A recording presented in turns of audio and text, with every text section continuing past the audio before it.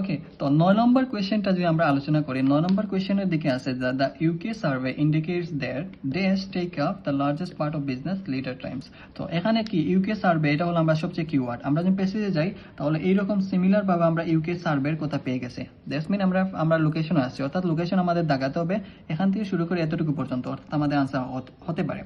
তো এখানে বলা হয়েছে ইন্ডিকেটস, একটা ভার্ব হতে পারে, তাহলে আমরাও এইরকম একটা পেলাম যে ভার্ব পেলাম যে ইডি ফ্রম, তাহলে সেম ভাবে ধরে দিলাম। বাট আমার কথা হলো কি যে একটা টেক্স আপ মানে তার একটা টাইম নিয়ে, কোন টাইম, বড় ধরনের একটা টাইম।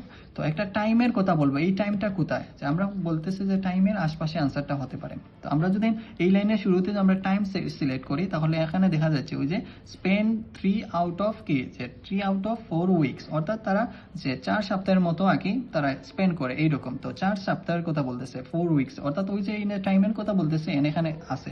তাহলে আদৌ যে ওই যে সার্ভে ইন্ডিকেট করলে যে কোন একটা জিনিস টাইম নেই, ওই যে 3 সপ্তাহ কিসের জন্য টাইম নেই, তাহলে এই ক্ষেত্রে দেখা যায় 4 উইকস যে তারা একটা টাইম স্পেন্ড করে কিসের জন্য, এই বলতেছে যে অন বলে ইন্টারন্যাশনাল ট্রাভেল। অর্থাৎ আমাদের আনসারটাই হলো ওয়ান ওয়ার্ডের, সেখানে আমরা যে 2 ওয়ার্ড নিতে পারবো না, সেখানে আমরা এই ট্রাভেল নিতে হবে, কারণ এই ট্রাভেল নিয়েই তো তারা সপ্তাহে যে 3 আউট অফ 4 উইকস মানে তারা 3 থেকে 4 সপ্তাহ তারা বিয়ে করে, অর্থাৎ আমাদের আনসারটা কি হবে, ট্রাভেল হবে। এই আনসারটা ধরতে আপনার একটু জটিল হবে, তার অন্যতম কারণ হলো এটা খুবই প্যারাফ্রেজ করছে।